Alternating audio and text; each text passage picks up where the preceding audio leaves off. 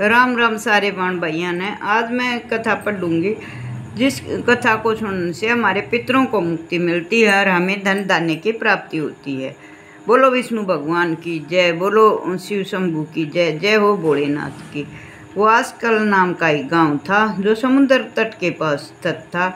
उस ग्राम के निवासी स्त्री पुरुष सब दुष्ट प्रकृति के थे एवं पाप बुद्धि के थे।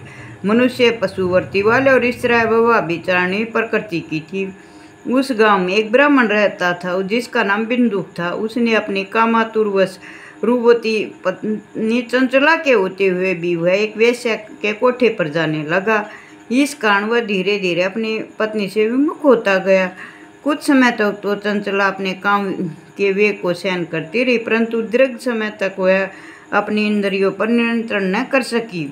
एक दिन वह जार के साथ रति करने लगी। एक दिन बिंदुक ने अपनी पत्नी चंचला को पर पुरुष के साथ रमण करते पकड़ लिया। वह क्रोध में भरकर जार पुरुष तो डरकर भाग गया, परंतु बिंदुक ने अपनी पत्नी चंचला की मुक्कों से पिटाई करने लगा। चंचला अपने पति से बोली, जब आप मुझे छोड़कर वैश्यागमन करते हो तो मुझे कितना दुख होता है। कभी आपने इसका अनुमान लगाया है? मैं अपनी काम वासना को दीर्घ समय तक कैसे दबाए रख सकती हूँ। पत्नी की बात सुनकर दुर्बुद्धि बिंदुक ने कहा, पीरिये तुम ठीक कहती हो। तुम निर्भय होकर जार पुरुषों के साथ व्यवहार करती रहो, परंतु उसके बदले में तुम उससे धन कमाओ। उस धन से हम दोनों का बहुत भला होगा। चंचला ने अपनी अपने पति की आज्ञा मान ली और पति पत्नी दोनों को कर्म के मार्ग पर चलने लगे। समय आने पर चंचला के पति बिंदु की मृत्यु हो गई। वह नरक लोक में अनेक दुख भोगता हुआ पिशाच योनि में पैदा हुआ। अचानक उसके बाद चंचला भ्रमण करते हुए गोकर्ण क्षेत्र में पहुंची। वहां पर उसने मंदिर में एक पंडित जी को शिव पुराण कथा सुनाते हुए देखा। वह दधिचित होकर कथा सुनने लगी। उसने कथा में जार पुरुषों में आसक्त स्त्रियों का दुष्परिणाम व नरक भोग की व्यथाजनक बात सुनी तो वह कांपने लगी और कथा के समाप्त हो जाने पर सब लोगों के चले जाने के पश्चात चंचला कथावाचक ब्राह्मण के चरणों में सिर रखकर बिलखने लगी। ब्राह्मण द्वारा पूछने पर उसने सारी कथा सुना डाली और पश्चाताप करती हुई अपने उद्धार का उपाय पूछने लगी। ब्राह्मण ने कहा, जिस शिव पुराण की कथा को सुनकर तुम्हारे हृदय में विवेक पैदा हुआ, उसी पुराण को प्रतिदिन सुनने से तुम्हारा उद्धार हो सकता है। जिस तरह निर्बल दर्पण में सही प्रतिबिंब दिखाई देता है, उसी तरह शिव पुराण की कथा सुनने से चित्त में अंबिका सहित भगवान शिव का साक्षात्कार हो जाता है। शिव जी की कथा सुनने और मनन करने से चित्त की शुद्धि और गणेश एवं कार्तिकेय सहित शिव जी की भक्ति प्राप्त होती है।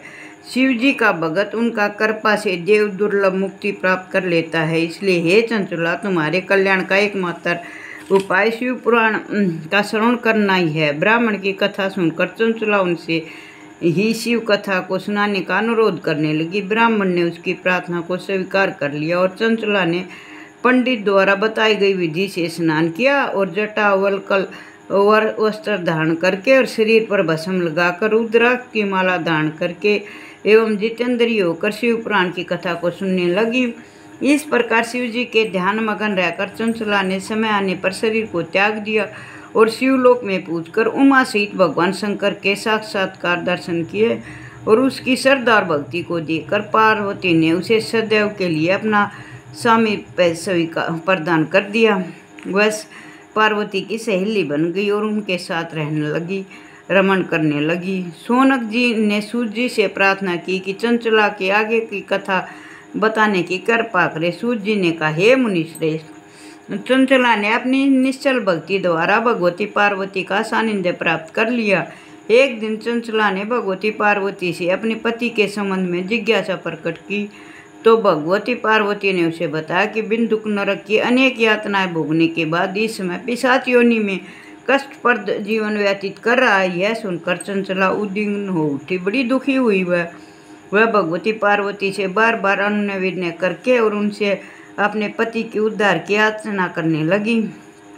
इस पर भगवती पार्वती ने तुमरु गर्दव को बुलाकर उसे विंध्याचल पर्वत पर जाकर वहां पिशाच योनि में पड़े बिंदु को शिव पुराण की कथा सुनाने का आदेश दिया और उनका उद्धार का आदेश दिया। माता पार्वती की आज्ञा को शिरोधार्य करके तुमरुक विंध्याचल पर्वत पर पहुंचा और बिंदु को बलपूर्वक बिठाकर और शिव पुराण कथा सुनाने लगा। शिव कथा की सुनने के लिए वहाँ पर सब देवता भी इकट्ठे हुए और माँ शिव और पार्वती उस कथा के यजमान बने थे।